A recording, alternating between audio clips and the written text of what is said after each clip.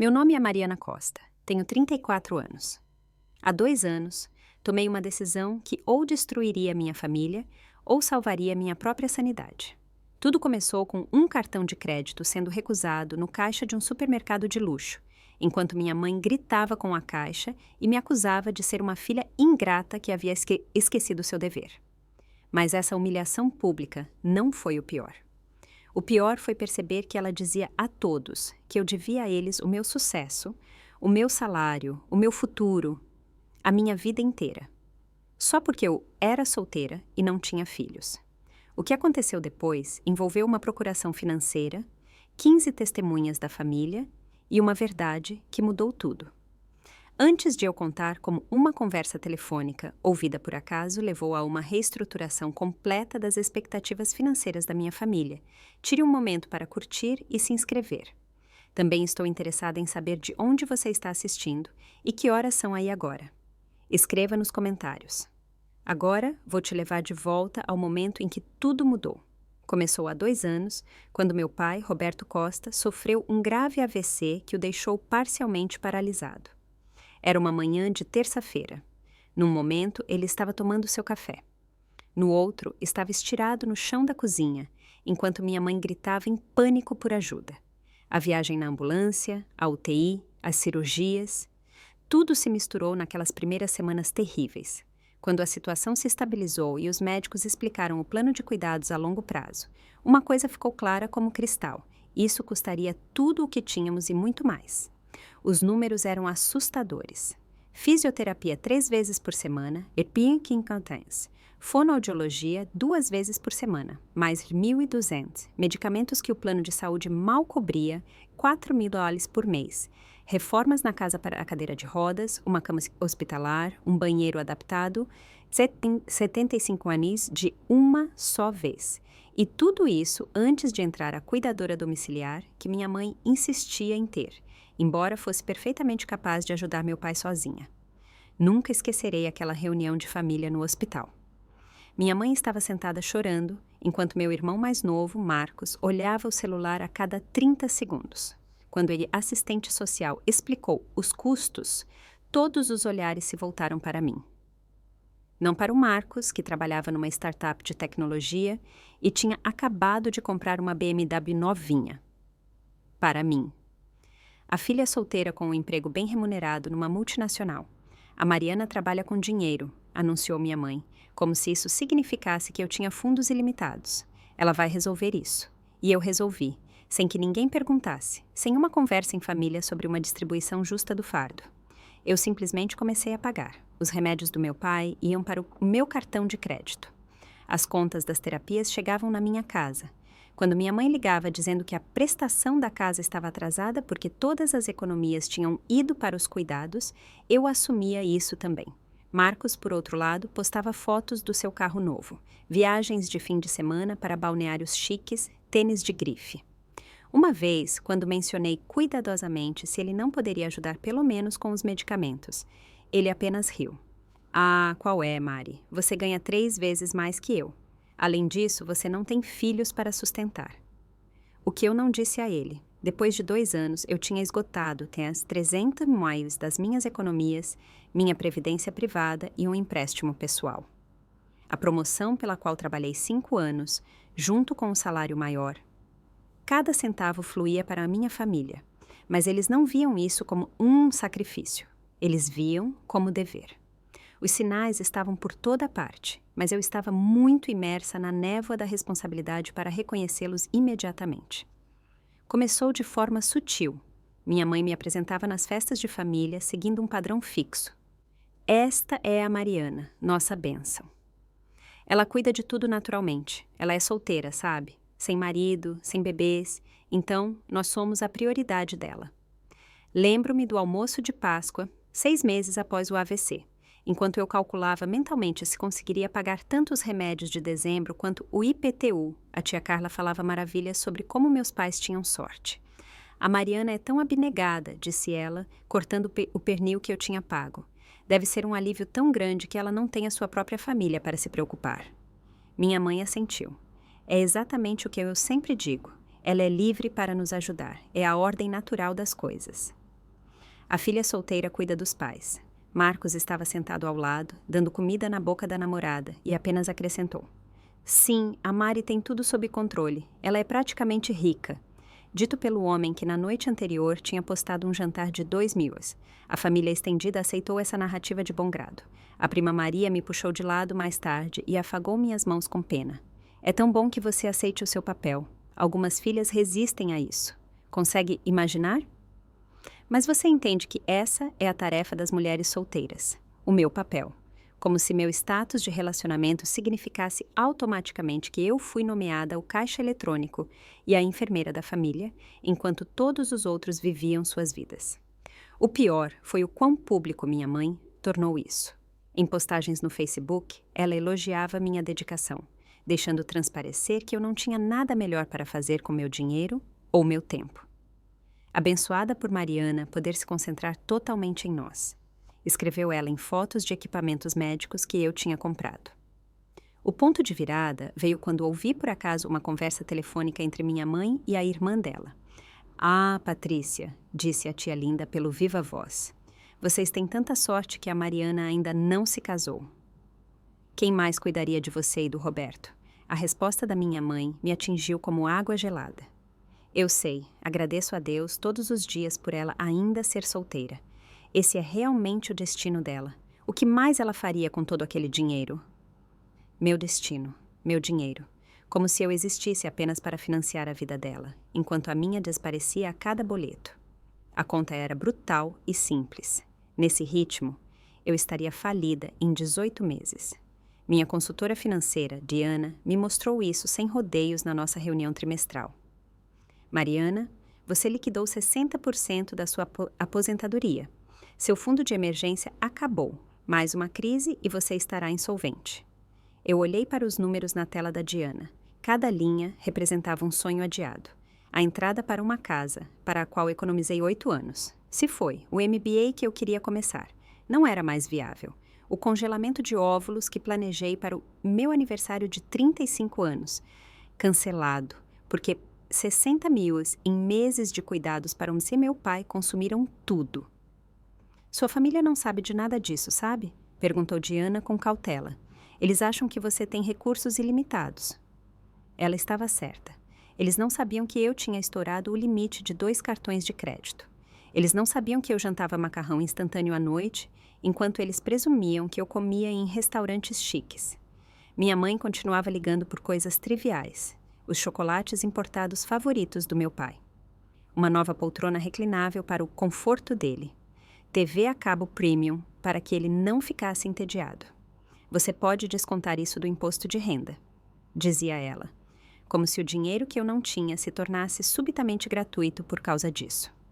2 meses depois, meu relacionamento com o Tiago acabou. Estávamos juntos há 3 anos, tínhamos falado sobre casamento, filhos e um futuro juntos. Mas quando tive que cancelar nossas férias pela 3ª vez, o dinheiro tinha ido para a nova cadeira de rodas do meu pai. Ele chegou ao limite. Eu não posso competir com a sua família, Mariana, disse ele enquanto empacotava suas coisas no meu apartamento. Você está se arruinando por pessoas que nem sequer agradecem. Você escolhe eles, contra nós, contra o seu próprio futuro. Eles são minha família, respondi com a voz fraca. Ele parou na porta. E o que eu sou? Então ele disse algo que tirou o chão sob meus pés. Sabe o que sua mãe me disse na Páscoa? Que ela está feliz por ainda não sermos casados, porque assim você pode se concentrar totalmente neles. Ela até disse que espera que você continue sozinha. Depois que ele foi embora, o apartamento pareceu vazio. Sentei lá e calculei quanto eu economizaria. Sem jantares juntos, sem viagens de fim de semana, sem o anel de noivado que eu sabia que ele queria comprar. Cada real economizado significava mais dinheiro para os cuidados do meu pai, para os desejos da minha mãe, para a suposição natural do Marcos de que sua irmã cobriria tudo. Minha terapeuta chamaria isso mais tarde de abuso financeiro. Naquela noite, chamei apenas de família. Se você já ficou preso entre o amor pela sua família e a proteção do seu futuro financeiro, escreva nos comentários. Eu leio cada mensagem e sua história ajuda outros a perceberem que não estão sozinhos. E me diga, o que você faria se ouvisse sua própria mãe dizendo que você deve o seu sucesso a ela? Escreva antes de eu contar sobre a conversa que mudou tudo. Se essa história te toca, por favor, inscreva-se no canal. Isso me ajuda a alcançar mais pessoas que precisam ouvir que estabelecer limites não é egoísmo. Agora vou te contar sobre a ligação que iniciou a avalanche. Ela veio enquanto eu verificava a fatura do meu cartão de crédito e tentava entender como minha mãe tinha gastado 4.000 numa loja de grife com o meu cartão adicional. O nome dela brilhou na tela. Mariana, preciso que você aumente meu limite de crédito. Mãe, já conversamos sobre isso. O cartão é para despesas médicas do pai e supermercado. Não seja ridícula. Eu precisava de algumas coisas. A 4.000 em coisas? A voz dela ficou afiada. Por que você está me questionando? Você é solteira. Para que você precisa de dinheiro, afinal? Mãe, eu tenho contas. Eu tenho uma vida. Que vida? Você trabalha e volta para um apartamento vazio. Apertei o celular com mais força. Esse não é o ponto. O Marcos precisa de ajuda para o fundo do casamento dele. O Marcos nem está noivo, mas vai ficar logo, ao contrário de você.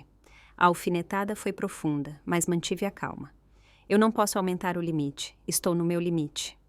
No limite? Ela riu. Você ganha um salário de executiva. Isso tudo vai para os cuidados do pai e nossas despesas. Nossas despesas? São despesas familiares, Mariana. É o seu dever. Meu dever? Sim, que filha questiona cuidar dos pais?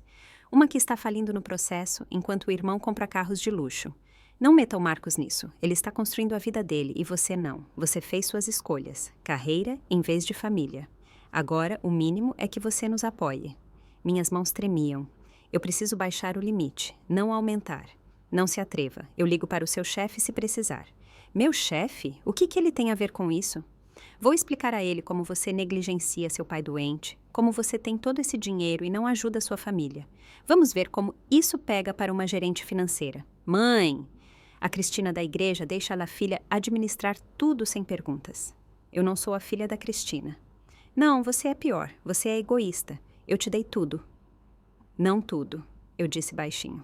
Você ainda tem meu apartamento, meu carro, minhas roupas de trabalho caras. Quer que eu fique sem teto? Eu quero que você se lembre de quem te criou, quem fez sacrifícios por você. Eu sou grata, mas... Sem mais. Aumente o limite ou estarei no seu escritório amanhã. Ela desligou. Olhei para o meu celular, depois para a fatura do cartão. Entre as compras na loja de grife, havia contas de restaurantes, tratamentos de spa, compras na loja de eletrônicos favorita do Marcos, enquanto eu tinha comido sanduíches de pasta de amendoim o mês inteiro. Naquela noite, fiz algo que nunca tinha feito antes. Liguei para Helena Vasconcelos, minha antiga amiga de faculdade que agora era advogada especializada em direito de família e financeiro. Preciso de ajuda, disse eu quando ela atendeu. Acho que preciso de proteção legal contra minha própria família. A resposta dela foi imediata. Venha ao meu escritório. Traga todos os documentos financeiros dos últimos 2 anos. Vamos resolver isso do jeito certo. O escritório da Helena parecia um refúgio.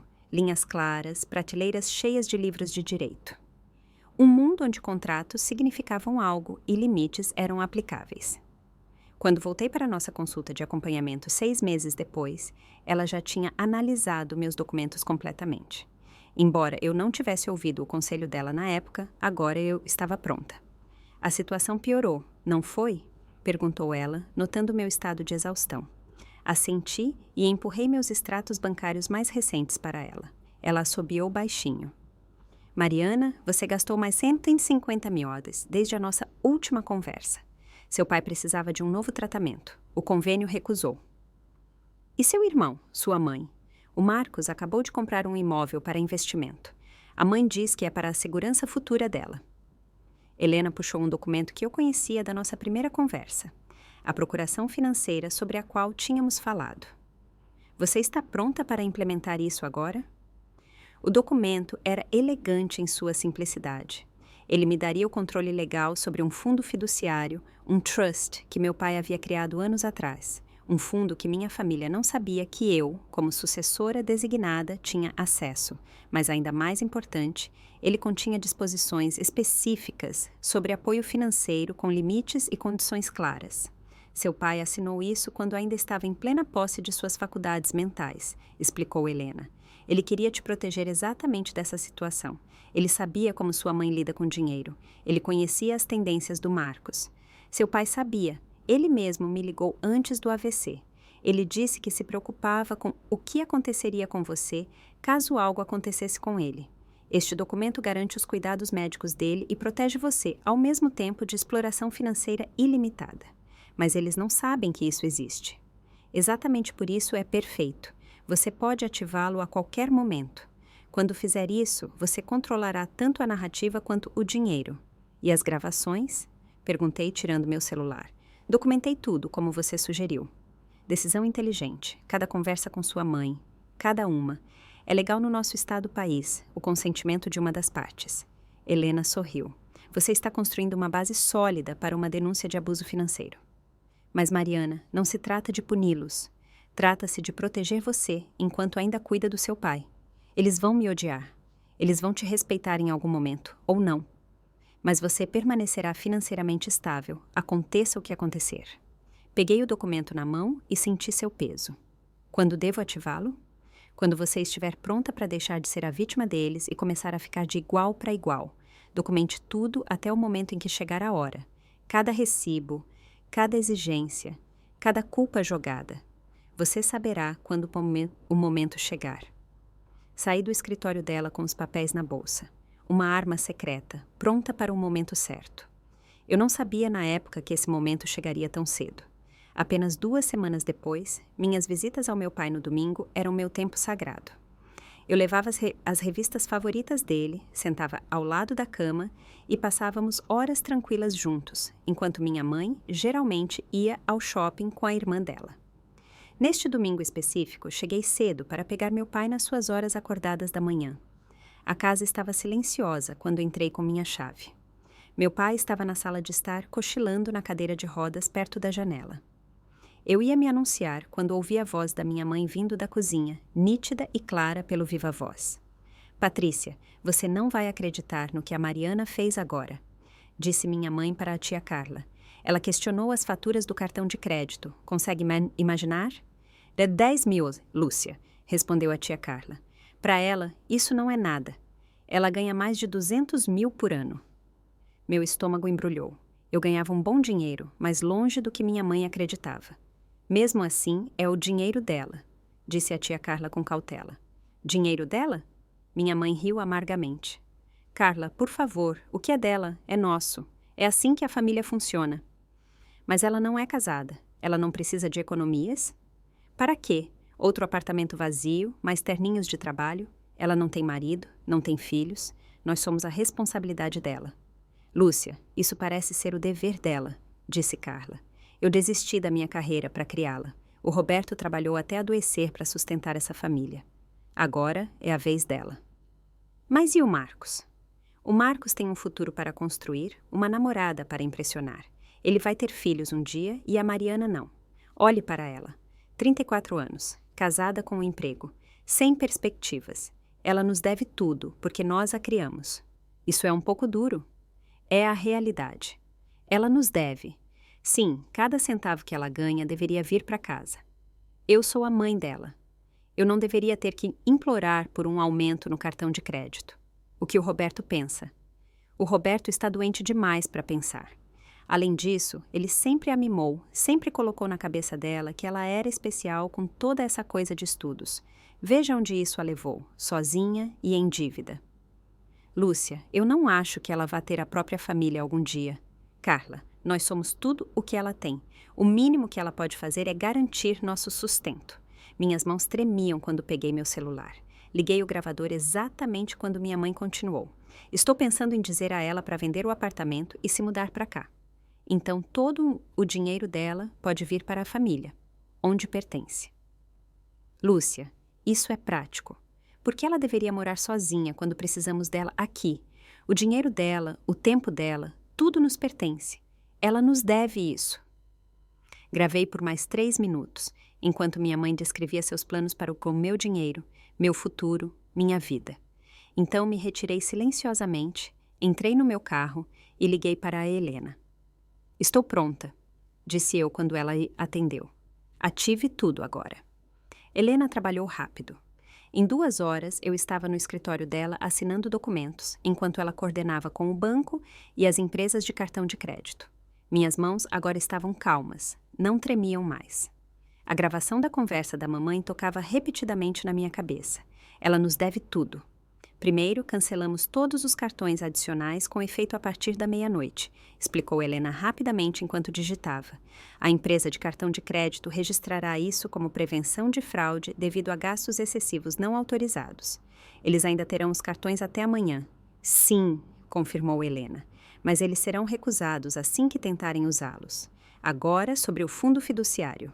O fundo que meu pai havia criado anos atrás continha 2.500 milhas. O pagamento de um seguro de vida que ele fez décadas antes, mais juros acumulados.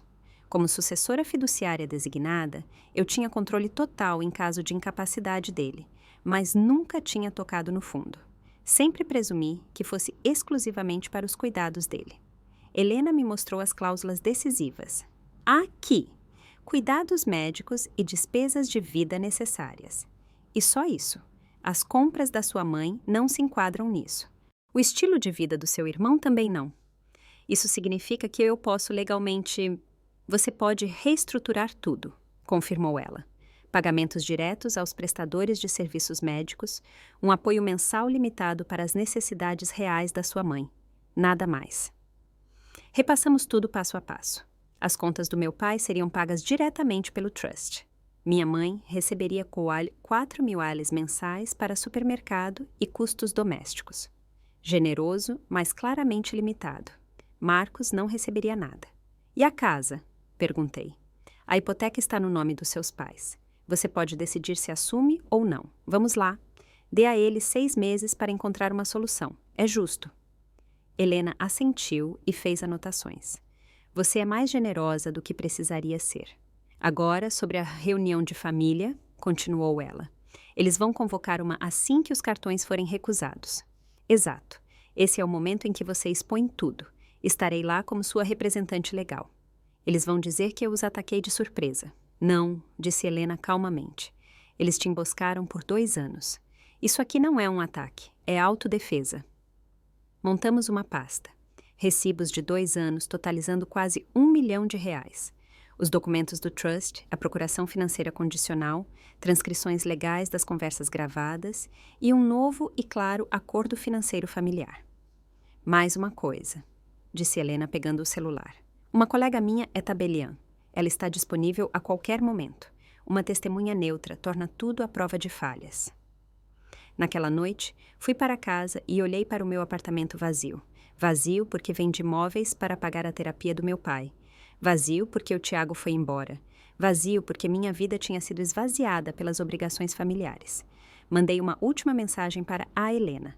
Obrigada por me ajudar a recuperar minha vida. A resposta dela veio imediatamente. Você mesma está recuperando. Eu só estou te dando a estrutura legal. No dia seguinte, os cartões seriam recusados e tudo mudaria. A ligação veio às 10h47 da manhã de segunda-feira. Eu estava numa reunião com minha equipe quando meu celular acendeu. Minha mãe, várias vezes.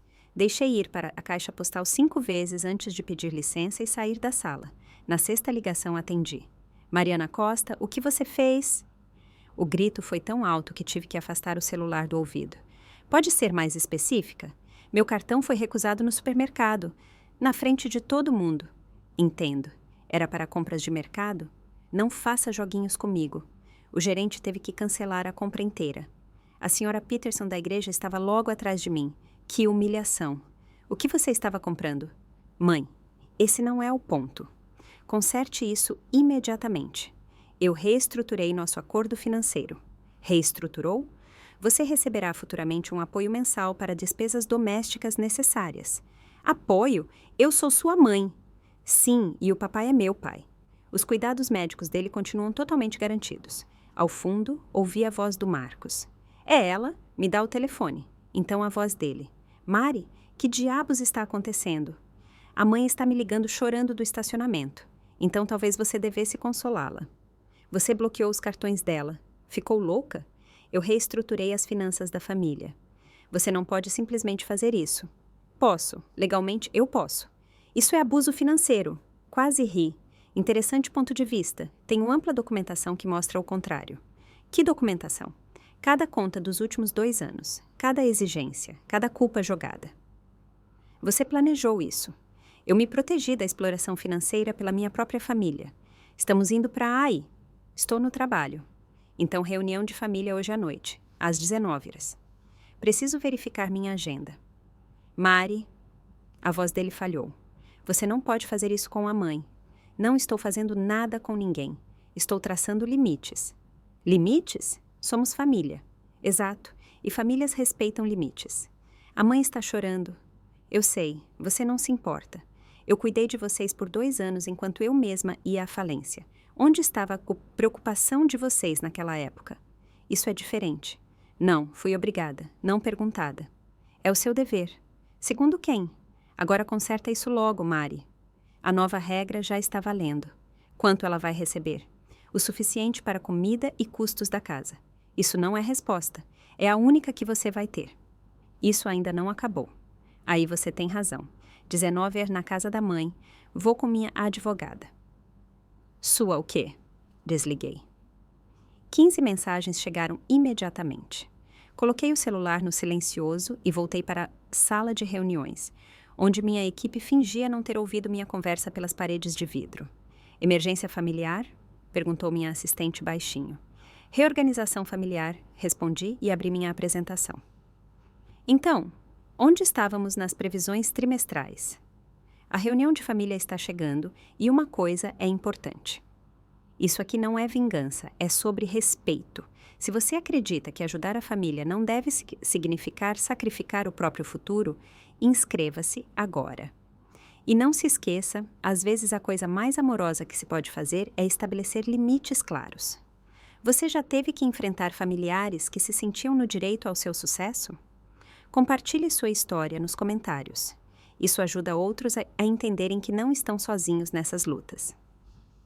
Agora, deixe-me contar o que aconteceu quando 15 parentes se reuniram para pesar na minha consciência. Passei a tarde me preparando como se fosse fazer uma apresentação para a diretoria. Cada documento copiado 3 vezes, bem organizado numa pasta de couro preta. 2 anos de recibos ordenados por categoria.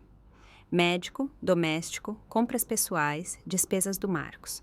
No final de cada página, o valor total estava marcado em amarelo.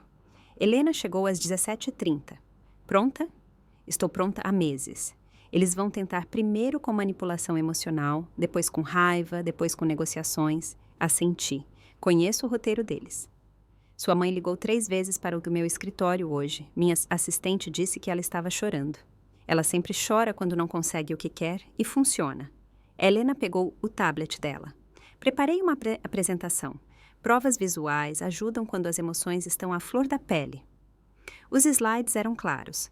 Gráficos de pizza mostrando para onde meu dinheiro tinha ido. 50% para compras desnecessárias, 20% para cuidados médicos, 20% para despesas do Marcos, 10% para custos domésticos. Gráficos de linha comparavam minhas economias encolhendo com o consumo crescente da minha mãe. Isso talvez seja demais, disse eu baixinho. Fatos não são um ataque, Mariana, respondeu Helena calmamente. São apenas fatos. Escolhi minha roupa com cuidado, meu melhor terninho azul marinho, que eu usava em negociações importantes. Profissional, séria, caro o suficiente para mostrar que eu tinha conquistado minha posição. Helena tinha recomendado. Vista-se como a diretora financeira que você é, não como a filha que eles esperam. Fomos em carros separados para a casa da minha mãe. Eu queria uma estratégia de saída própria. Quando cheguei, contei os carros. A caminhonete do tio Davi, o carro da tia Carla, 3 carros de primos. Sua mãe chamou reforços, disse Helena quando nos encontramos na calçada.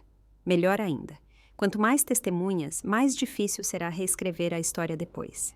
Pela janela, vi todos reunidos na sala. Minha mãe na sua poltrona favorita, como uma rainha segurando a corte.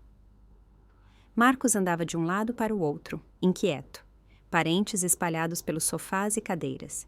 Meu pai também estava lá, na cadeira de rodas, perto da lareira, mais acordado do que o normal. Mais uma coisa, disse Helena, colocando a mão no meu braço. Seu pai pode te apoiar. Ele mal consegue falar, mas pode assentir. Ele criou esse trust por um motivo. Respirei fundo, endireitei os ombros e bati na porta da casa dos meus pais. Lá dentro, toda a conversa cessou imediatamente. Marcos abriu a porta com força. Você trouxe uma advogada. Sério? Olá, Marcos. Podemos entrar? Ele se afastou com o rosto vermelho. Isso é totalmente desnecessário. É exatamente o que eu penso há 2 anos. Respondi e passei por ele. Quando Helena e eu entramos, fez-se silêncio. Pares de olhos nos seguiram enquanto ocupávamos as 2 cadeiras vazias, que obviamente tinham sido colocadas para nos isolar no meio da sala, de frente para os outros como réus num tribunal. Minha mãe começou, a voz tremendo de mágoa ensaiada. Mariana, como você pôde me humilhar publicamente assim? Oi, mãe. Oi, pessoal. Acenei para todos. Obrigada por terem vindo. Não haja como se isso fosse uma reunião de negócios, rosnou Marcos. Você emboscou nossa mãe. Vamos nos ater aos fatos, disse eu, abrindo minha pasta. O pai adoeceu há 2 anos. Desde então, eu tenho pagado. Não precisamos de recibos, interrompeu minha mãe. Precisamos de uma explicação para a sua crueldade. Tia Carla se inclinou para a frente. A Lúcia me ligou chorando. Mariana, o cartão foi recusado para compras de comida. Alimentos básicos. O champanhe era alimento básico? Perguntei calmamente. O queijo importado, os 1.500 meitens em itens de luxo?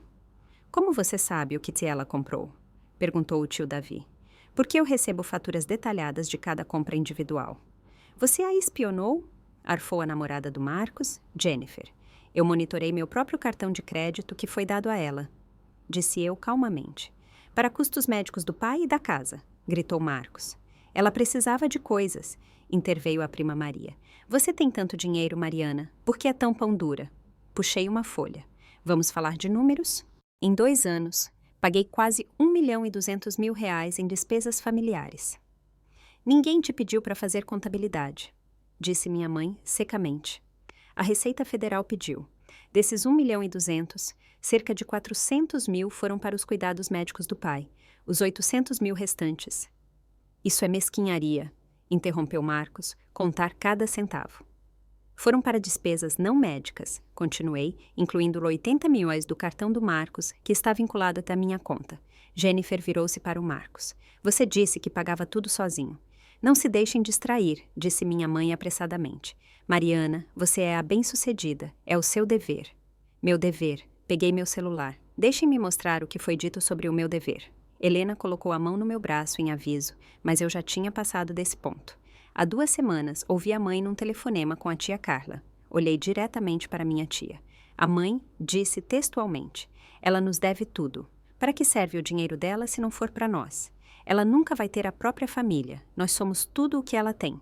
O rosto da tia Carla ficou branco como papel. Lúcia, você não disse isso.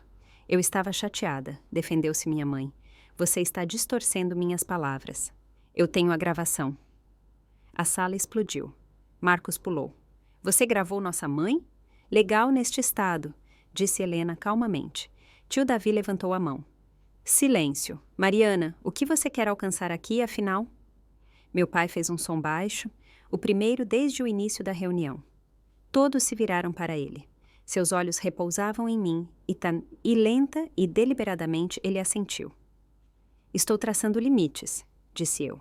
Os cuidados médicos do pai continuam totalmente garantidos. A mãe receberá R$4.000 mensais para despesas da casa. A hipoteca, vocês têm 6 meses para encontrar uma solução. 6 meses, gritou minha mãe. Você vai nos deixar sem teto. Vocês têm opções. Marcos poderia contribuir. Você poderia ir trabalhar. Vocês poderiam morar num lugar menor. Isso é loucura, disse o primo Tommy. Família não faz isso com família. A família também não suga-lhe a família financeiramente, respondi calmamente. E, no entanto, aqui estamos. Helena levantou-se e, com sua presença, trouxe silêncio imediato à sala. Antes que isso escale, há alguns pontos legais que todos precisam entender. Quem você pensa que é para simplesmente entrar na nossa casa? Interrompeu minha mãe. Sou a advogada da senhora Costa, respondeu Helena factualmente. E estou aqui para apresentar documentos que esclarecem a situação. Ela ergueu um documento. Esta é uma procuração financeira condicional que Roberto Costa assinou há 3 anos, ou seja, antes do AVC. O rosto da minha mãe perdeu toda a cor. Isso é impossível. O Roberto nunca teria feito isso. Senhora Costa, seu marido nomeou expressamente a Mariana como fiduciária sucessora do seu trust pessoal, com controle total em caso de incapacidade dele. Que trust? Exigiu saber o Marcos. Helena abriu seu tablet e espelhou a tela na TV. O trust revogável, Roberto Costa, com um patrimônio de cerca de 2,5 milhões de reais. Um murmúrio percorreu a sala. Minha mãe levantou-se tremendo. Esse é o nosso dinheiro. Não, corrigiu Helena calmamente. É expressamente previsto para os cuidados médicos do Sr. Costa, bem como despesas familiares necessárias, a critério da fiduciária. Mariana cumpriu essa tarefa sem tocar neste fundo, usando em vez disso seu próprio dinheiro. Então tem 2,5 milhões parados lá. Os olhos de Marcos começaram a brilhar. Perfeito, então podemos... Não, interrompeu Helena bruscamente. Vocês não podem nada. Mariana tem o controle total e exclusivo. Legal e irrevogável. Levantei-me e olhei para minha família. Eu paguei tudo das minhas contas privadas, enquanto o trust do papai ficou intocado. Sabem o que isso significa? Tio Davi falou devagar. Você se arruinou, embora houvesse dinheiro previsto exatamente para isso. Porque eu acreditei que a família interviria, disse eu baixinho. Que seria apenas temporário, que alguém ofereceria ajuda. E agora? Perguntou tia Carla. Agora eu uso o trust do papai como ele planejou. Custos médicos vão direto para os prestadores. Custos de vida básicos serão cobertos. Com moderação, nada mais. Helena mudou para o próximo slide. Além disso, a senhora Costa documentou todas as despesas dos últimos 2 anos. Caso alguém queira contestar este acordo, dispomos de amplos comprovantes de exploração financeira. Exploração! Gritou minha mãe. Pela minha própria filha. 80 mil reais em cobranças não autorizadas pelo Marcos, disse Helena. 200 mil reais em gastos de luxo da senhora Costa. Enquanto Mariana vivia de macarrão instantâneo e seu relacionamento desmoronava sob pressão financeira. Jennifer levantou-se. Marcos, você me disse que a Mari era rica e gostava de ajudar. Ela é rica, defendeu-se ele. Eu era? Corrigi calmamente. Até gastar tudo para carregar uma família que contava a todos que eu devia o meu sucesso a eles. Meu pai fez outro som, desta vez mais claro. Sua mão moveu-se levemente e apontou para Helena. Helena entendeu imediatamente. Senhor Costa, o senhor gostaria que eu lesse sua carta? A sala congelou. Meu pai assentiu firmemente. Helena puxou outro documento. Roberto Costa escreveu isto ao criar o trust. Temo que minha família vai explorar a generosidade e o sucesso da Mariana. Ela sempre foi a responsável, a que se sacrifica. Este trust deve protegê-la de obrigações financeiras ilimitadas e, ao mesmo tempo, garantir meus cuidados médicos. Minha esposa Lúcia e meu filho Marcos precisam aprender a ser independentes. Mariana não é a conta bancária deles, ela é minha filha e merece sua própria vida. Minha mãe afundou de volta na cadeira. Roberto, como você pôde? Os olhos do meu pai estavam claros, focados nela. Com esforço visível, ele formou 2 palavras. Proteger Bela era o apelido dele para mim. A sala estava paralisada. Ele não falava tão claramente há meses. Helena mostrou o último slide. A partir de agora, vigora a seguinte estrutura financeira, não negociável, legalmente vinculativa. Cuidados médicos totalmente pelo trust. Pagamento direto aos prestadores. Apoio mensal para a senhora Lúcia Costa. 4 mil. Pagamento no dia 1º do mês. Ajuda com a hipoteca por 6 meses. Depois disso, refinanciar, vender ou encontrar outra solução. Marcos Costa. Nenhuma ajuda financeira. Outros familiares, nenhuma obrigação financeira. Isso vale a partir de agora, completei. Os cartões de crédito estão cancelados, as contas separadas. O trust está sob meu controle exclusivo.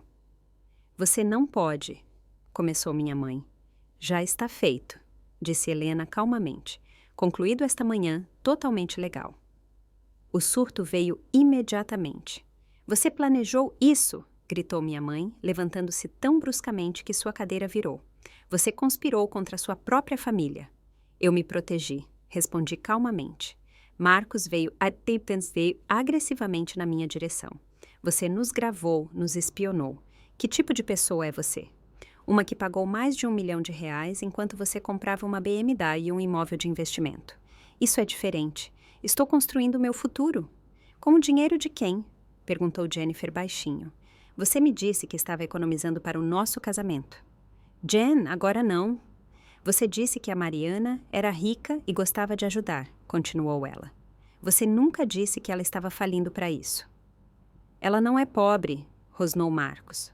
Olhe o terno dela. Esse terno tem 3 anos, disse eu calmamente. Não compro roupas novas há 2 anos. Cada centavo foi para esta família. Tia Carla levantou-se. Lúcia, é verdade aquilo do telefonema? O rosto da minha mãe ficou vermelho. Eu só estava desabafando.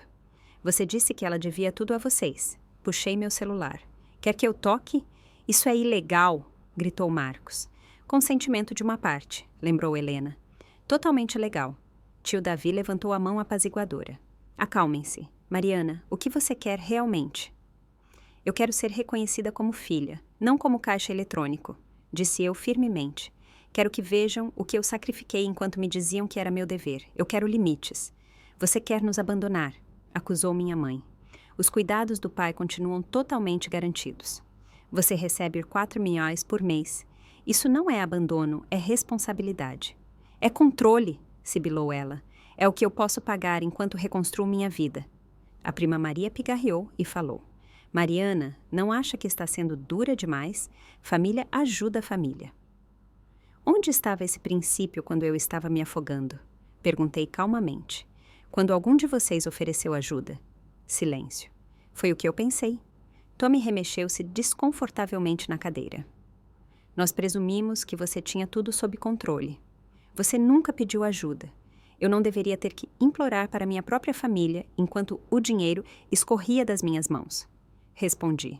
E eu não estou cortando ninguém, estou estabelecendo limites sustentáveis. Minha mãe virou-se soluçando para os parentes. Ela está me punindo por ser mãe, por esperar respeito básico e apoio. Respeito básico? Ri amargamente.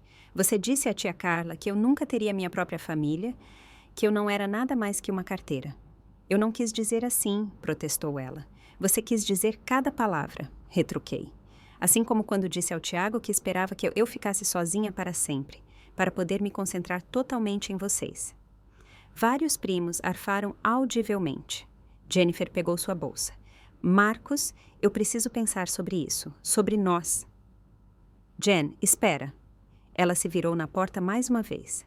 Sua irmã faliu para sustentar sua família enquanto você comprava brinquedos e mentia para mim. O que mais você escondeu? Então ela saiu.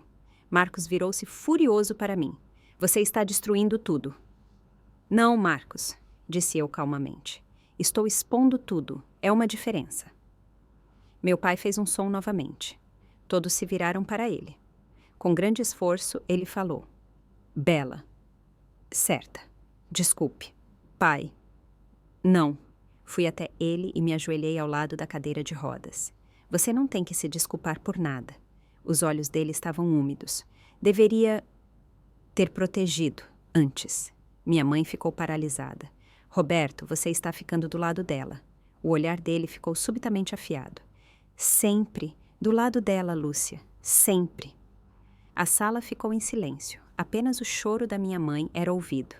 Mas pela primeira vez em 2 anos, não eram lágrimas de manipulação. Eram lágrimas de reconhecimento. Helena deu um passo à frente e ergueu um último documento. Este é o novo acordo financeiro da família. Não é negociável, mas dadas as circunstâncias, é generoso. Ela leu. Cuidados médicos para Roberto Costa. Totalmente pelo Trust. Pagamento direto aos prestadores. Apoio doméstico mensal para Lúcia Costa. $4 mil. Pagamento dia 1º. Ajuda com hipoteca por 6 meses na taxa atual. Depois disso, Sra. Costa deve refinanciar, vender ou buscar outro financiamento. Marcos Costa, nenhuma ajuda financeira. Outros familiares, nenhuma obrigação. Isso é abandono, sussurrou minha mãe.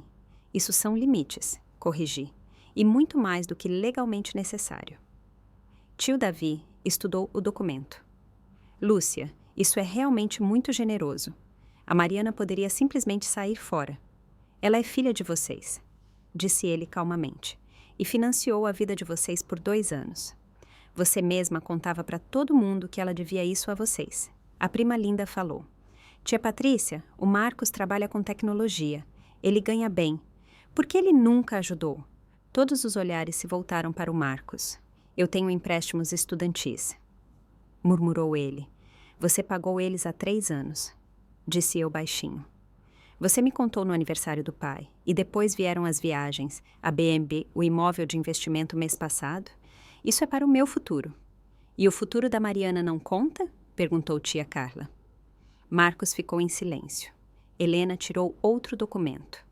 Existe também um fundo separado exclusivamente para os cuidados do Sr. Costa. Quem quiser contribuir, pode fazê-lo. Mariana dobrará as contribuições até 2.000 debales por mês. Dobrar?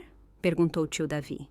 Se membros da família contribuírem para os cuidados do pai, eu dobro os valores do meu patrimônio privado, exclusivamente para os cuidados médicos dele. Isso é justo, disse a prima Linda. Mais do que justo. Eu dou 500 dólares por mês, declarou o tio Davi. Davi! Gritou minha mãe horrorizada. O quê? O Roberto é meu irmão. Se a Mariana faz sacrifícios, nós também podemos. Eu assumo 200, acrescentou a prima Linda. Pouco a pouco, 3 parentes prometeram apoio. Marcos ficou calado. Marcos? Jennifer tinha voltado e estava na porta. E você? Eu preciso pensar sobre isso. Você precisa pensar sobre ajudar seu pai doente? Ela balançou a cabeça. Eu já pensei o suficiente. Acabou, Marcos. Ela saiu novamente, desta vez definitivamente. Minha mãe olhou em volta, sentindo a mudança de clima. Vocês estão todos me abandonando por causa dela. Não, Lúcia, disse tia Carla suavemente. Estamos reconhecendo que a Mariana carregou um fardo injusto. Isso precisa mudar. Levantei-me e reuni meus documentos. A nova regra vale a partir de agora. Mãe, seu primeiro pagamento entra na quinta-feira. A hipoteca será coberta por mais 6 meses. Os cuidados do pai continuam sem interrupção. E se eu me recusar? Então você se recusa, disse eu calmamente. Mas o arranjo antigo acabou, de um jeito ou de outro. Helena guardou o tablet. Meu escritório tem cópias de tudo. Podem me contatar se tiverem dúvidas. Fomos para a porta. Atrás de nós irrompeu uma discussão acalorada, mas não olhei para trás. A voz do meu pai, mais forte do que há meses, rompeu o barulho. Obrigada, Bela. Eu não precisava de mais nada. O que você faz com essa percepção depende inteiramente de você, disse Helena. 1 hora depois, tio Davi ligou. Só queria dizer que transferi os 500 quinteles para os cuidados do Roberto. Obrigada, respondi. Já dobrei o valor. A Lúcia não está lidando bem com isso. Ela vai se adaptar. O Marcos está pior. Ele está ligando para todo mundo tentando pedir dinheiro emprestado. Para quê? A Jennifer levou metade das economias. Comunhão de bens, aparentemente. Ele tem que pagar a parte dela no apartamento. Talvez ele deva vender a BMW. Davi riu secamente. Foi exatamente o que eu disse a ele. Ele não achou graça. Naquele fim de semana, visitei meu pai sozinha. A casa estava silenciosa. Minha mãe não estava lá. A cuidadora que eu tinha contratado e que era paga diretamente pelo Trust, me contou que a mãe tinha ficado temporariamente na casa da tia Carla. Meu pai estava acordado, assistindo ao noticiário. Quando me viu, o rosto dele se iluminou. Oi, meu tesouro, conseguiu dizer. Oi, pai, estou orgulhosa de você. Eu deveria ter agido antes. Ele balançou a cabeça lentamente. Não, era o seu tempo. Seu. Ficamos sentados em silêncio lado a lado, vendo TV. Pela primeira vez em 2 anos, não calculei mentalmente quanto aquela visita me custava. A cuidadora trouxe o almoço dele. Comida boa, preparada na hora, paga pelo próprio trust dele. Sua mãe vai se acalmar, disse papai baixinho. Talvez o Marcos também. Dei de ombros. Não conto com isso. Você está livre agora? Perguntou ele. Sim, pai, estou livre. Ele apertou minha mão com a força que ainda tinha. Bom, viva sua vida. Naquela noite, voltei para meu apartamento e pedi comida chinesa de verdade, não macarrão instantâneo. Eu podia pagar. Eu podia pagar muitas coisas agora. Meu celular vibrou. Uma mensagem de um número desconhecido. Mariana, aqui é a prima Linda. Só queria dizer que você fez a coisa certa. Fique forte. Talvez eu não tivesse destruído a família. Talvez eu só tivesse tornado visível quem realmente era a família. Um mês depois, tudo tinha mudado. Só no primeiro mês, economizei 8.000. Meu score de crédito, que tinha despencado com os cartões estourados, começou a se recuperar. Comecei uma terapia de verdade 2 vezes por semana, sem mais choros de 5 minutos no carro entre crises familiares. Como você se sente? Perguntou a doutora Martinez na nossa 4ª sessão. Culpada, aliviada, com raiva, livre, às vezes tudo ao mesmo tempo. Isso é normal, disse ela. Você está de luto pela família que achava que tinha e ao mesmo tempo celebrando a vida que está recuperando. Minha mãe tinha encontrado um emprego de meio período numa loja de departamento, tipo a Renner. A prima Linda me contou que a viu lá no balcão de cosméticos. Ela é muito boa, disse ela. Uma vendedora nata. Marcos vendeu a BMW, anunciou num site de vendas. Chani 7.500 abaixo do preço de compra. Tio Davi me mandou um print com um emoji rindo. A realidade bate forte, escreveu ele. As contribuições familiares para o fundo do pai somavam R$1.800 por mês. Com a minha parte dobrada, dava 2.400 adicionais mensais. Contratei um fisioterapeuta melhor, mandei reformar a cadeira de rodas e inscrevi o pai num programa experimental de fonoaudiologia. Ele fazia progressos, não espetaculares, mas perceptíveis. Conseguia falar frases curtas novamente, às vezes se alimentar sozinho. A nova terapeuta disse que ele estava subestimado antes. A depressão encobria o potencial dele. Seu pai é um lutador, disse ela. Ele só precisava de esperança novamente. Jennifer entrou em contato pelo LinkedIn. Queria te agradecer, você abriu meus olhos. Marcos tinha escondido 150 milhões em dívidas de jogo. Isso apareceu no processo de divórcio. Se você não tivesse exposto as mentiras dele, eu teria me casado com ele. Não respondi, mas me senti validada. 3 primos me procuraram no privado e contaram suas próprias histórias de abuso financeiro na família. O primo Tommy confessou que os pais gastaram o fundo da faculdade dele num negócio falido. Maria me escreveu. Minha irmã usou minha identidade para fraude com cartão de crédito. Achávamos que isso era normal, escreveu ela. Família em primeiro lugar, a qualquer custo. Você nos mostrou que existe outro jeito. O grupo da família no WhatsApp se dividiu em 2 campos. Time Mariana e time Lúcia. Eu saí de ambos. Tio Davi criou um novo grupo. Equipe de apoio do Roberto.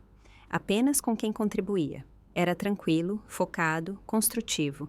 Meu apartamento não parecia mais vazio. Comprei um sofá, um de verdade, não um futon usado. Pendurei quadros, cozinhei, comecei a sair novamente. Nada sério, apenas cafés, onde eu não precisava explicar por que não podia pagar um jantar. Você parece diferente, disse minha colega Sara uma manhã. De alguma forma, mais leve. Estou dormindo de novo, respondi. Incrível o que 8 horas fazem com o rosto. Mas era mais que sono. Era a ausência de medo, a liberdade da preocupação constante com dinheiro. A paz de saber que limites, mesmo dolorosos, são atos de autorrespeito. 6 meses após o confronto, nossa família tinha encontrado um novo ritmo. Minha mãe e eu nos encontrávamos 1 vez por mês para um café, local neutro, máximo de 1 hora. Ela tinha se adaptado surpreendentemente bem. O emprego na loja agora era tempo integral com benefícios. Ela até tinha sido eleita funcionária do mês no departamento de cosméticos. Eu tinha esquecido que sou boa em algumas coisas, disse ela no nosso 3º encontro. Você sempre foi boa em coisas, mãe. Eu estava com tanta raiva de você. Eu sei. Às vezes ainda fico com raiva, disse ela pensativa. Mas durmo melhor. O medo constante de dinheiro diminuiu. É controlável. Marcos não falava diretamente comigo, mas o pai contou que ele estava indo aos jogadores anônimos. O imóvel de investimento foi a leilão. Ele tinha voltado temporariamente para a casa da mãe e pagava 500 quintais de aluguel por mês. Ele está aprendendo, disse o pai na minha visita de domingo. A fala dele ficava mais clara a cada semana. Lições duras, mas necessárias. O trust, após um ano de despesas médicas, ainda estava estável em 2 milhões de reais. Os cuidados do pai eram excelentes, constantes, confiáveis, dignos, sem sessões de terapia puladas, sem dividir remédios para economizar. Minhas próprias finanças também tinham se recuperado incrivelmente. Os 4.000 mensais de economia fluíam diretamente para a reconstrução. Primeiro, um novo fundo de emergência, depois a previdência. Meu score de crédito subiu. Comecei a olhar apartamentos para comprar novamente, desta vez com dinheiro real para uma entrada. O Tiago entrou em contato uma vez. Ouvi o que aconteceu. Estou orgulhoso de você. Obrigada. Como está São Paulo? Bom, diferente. Estou noivo. Parabéns, Tiago. Sinto muito por ter ido embora quando as coisas ficaram difíceis. Você estava certo em se proteger. Eu entendo isso agora. Você também se protegeu, finalmente. Não nos falamos mais depois disso, mas o desfecho pareceu limpo, completo. A dinâmica familiar tinha mudado permanentemente. No almoço de Páscoa, desta vez na casa do tio Davi, os limites financeiros foram respeitados. Cada um contribuiu com algo.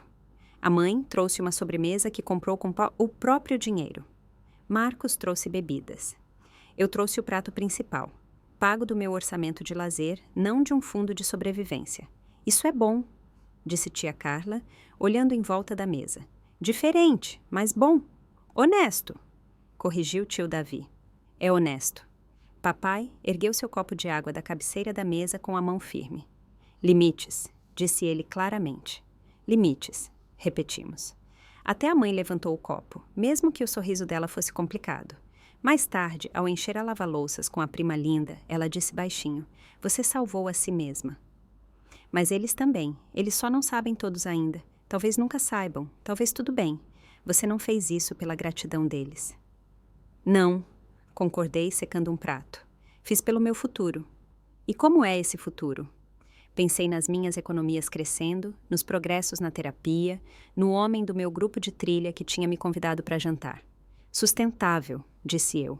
Finalmente sustentável. A nova estrutura familiar agora tinha regras. Regras claras, escritas, respeitadas. Almoços de domingo aconteciam 2 vezes por mês, rodando entre diferentes anfitriões. Cada um trazia algo específico, definido com antecedência, sem mais suposições. Um documento compartilhado no Google registrava quem trazia o quê, quem era o anfitrião e quem limpava. Democracia substituiu a monarquia. A mãe tinha aprendido a pedir em vez de exigir.